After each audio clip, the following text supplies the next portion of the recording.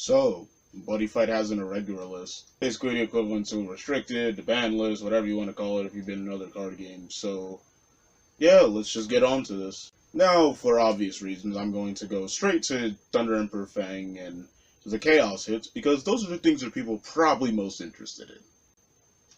So, to start off with, the one that had the most hits, the Chaos. Yeah, there's like one card that's banned! So we should start off with that one first. Lattice the Chaos. Yeah, this card was just a walking spell null that kinda, had built-in protection. This may not have been used in a lot of Chaos decks in the North American side, but for Singapore and the Japan region and tournaments with the Chaos, at least most of them ran at least one copy of, a walking spell null that, Chaos can easily abuse. So, all for them not having one of the most annoying options to deal with in this entire game. So, worthy hit. Now on to the next cards. These are all limited to playing only one copy in the Chaos flag. Zen the Beta. Yeah, this card is just dumb. Searching for any Chaos spell that can be Launch the Auto Deity, we'll get to that. Machining Sacrifice, we'll get to that. Ruler's Privilege, I wish we got to that. And so on and so forth, of how many Chaos spells I can name that are dumb as crap. So, a card that can search all of them should definitely be at 1. Then, the biggest nuisance, and the card I'm the most glad to see on the irregular list, Gear God 1000. I don't make this apparent in the videos because I hardly ever try to talk about Chaos and TE. I really do try not to. But this card is so dumb. It's so very dumb. It calls monsters at the beginning of the attack phase. It can freaking use its amazing-ass overkill for Auto Deity to give them Drag Royale and a bots for free. You get a draw of the Drag Royale, so the discard is already mitigated. If the discard was a monster, like I said, it can call monsters from drop, and it has Soul Guard. With, insane Gear God stats of like 70k power, 3 crit and such. Yeah, this card is dumb. It's the most broken Gear God of them all, and I'm glad to see it on this list. Now, for the card that searches it, Launch the Auto Deity. At 1. Yeah, not much to say. They kinda had to do this, because if they didn't, then people would just play 4 copies of this card, and then search the Gear God 1k that they just put to 1. So yeah, let's ruin Auto Deity's consistency, please. But, regardless, Launch the Auto Deity. For its other uses of searching other Gear Gods, this needed to kind of be here also. Machining Sacrifice at 1. This is Chaos' strongest defense card? Although Auto Deities don't use it as much as, say, a regular Chaos build, Corrosion, and other generic Chaos cards, this card is still dumb nonetheless. Honestly, I think in some cases it should also been hit in Dragon World, because this card can lead to a lot of unpleasant plays that Fifth Omnis, when Solar Strike comes out, same for Sun Dragons, can possibly do because of this card. But I won't go into that in this video. So, regardless, this card was just insanely powerful with cards like Chaos Tetra to redirect attacks, and then call a new monster like Darrellburg or other things that let you draw and do things on your opponent's turn. Or just in general, an Auto Deity, calling a Pentar back. So with Drag Royale, you got 2 draws for free, and a gauge and a life. Yeah. Fuck this card. So that makes it about it for the Chaos side. Now let's go on to Thunder Emperor's Fang. 1 copy of Connect Ninja Tomonoshin. Yeah, this card is basically Darrellburg, but it is based on the other monster entering the field, so cards like Sphere immediately go off. And just in general, this card is also a Katana World card, so it was great for multi-world TE, so I can very much see why this card needed to get hit to 1. Now, many people have been in an uproar that cards like Darrellburg are more busted, and they are right. So, they're like, why did this get hit and not Darrellburg? Because Darrellburg is a card, yes, it can be abused in a lot of ways, and it's good in every deck you can play it in, but Tomonoshin just the sheer amount of strength and synergy it brought to TE, because you can grab any TE card off of his effect, and then they went back to deck, so it wasn't even like they went to drop or something.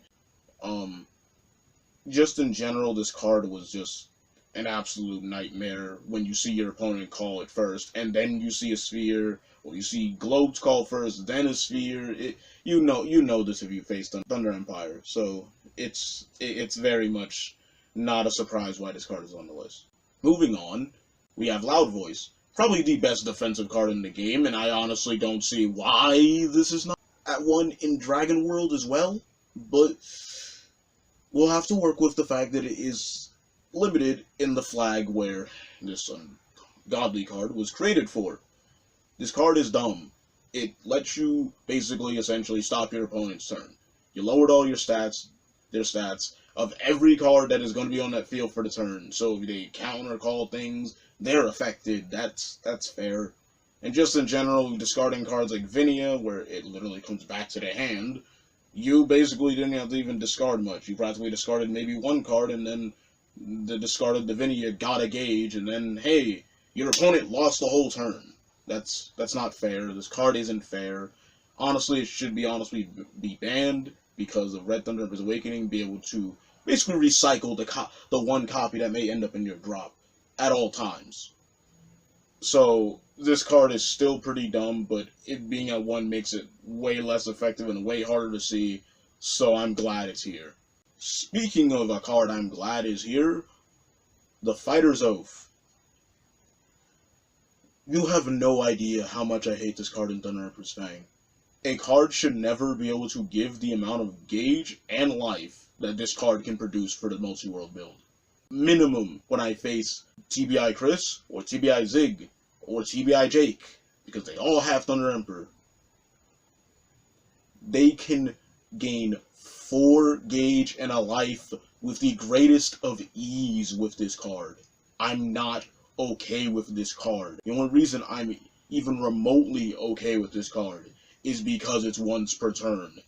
If it wasn't, I would be outright saying it needs to be banned. And I'm glad it is at least only touched in Thunder Emperor's Fang, because I think Legend World Omnis really would like this card. Now on to all flags. 2 cards are banned! And those cards are Professor Menjo. Needless to say, this card deserves every bit to be on this list. It has developed 3 loop decks, 2 in Legend, 1 in Hero, and it is just insanely dumb in Legend, because if it's not Leviathan, all of their decks have been playing this card because it is just that damn good. It lets you search for any card, it gives you 2 gauge a draw, it recycles all the cards that end up in your drop. You're allowed to play a bunch of one-ofs that would maybe regularly throw off the flow of your deck, because this card helps you facilitate it. It can go on any field because it's a size 0. The only literal negative side of this card is the fact that it has terrible stats. Its ability, which is already not, for some reason, a not hard once per turn, so you can have multiple copies on the field and use each of their acts, or Gambit, we'll get to that later. It's just an insanely stupid card, and I am sorry for toilet players that really like this card, but this card needed to go. Shouldn't have made it so good. And then the next card is Chaos Devtalika. Now, I see where a lot of people find where this card should have maybe only been banned in the Chaos, but I see completely why Bushiroad decided to get rid of it altogether. This card returns 3 monsters to keep it alive, or 3 deeps. Deep mills a lot with Excellent and other cards, so if someone they only banned it in Chaos, someone could just find a way to just slap this on the field, mill a bunch of cards in a deep deck, and then be able to just keep it alive. It would not be enjoyable gameplay.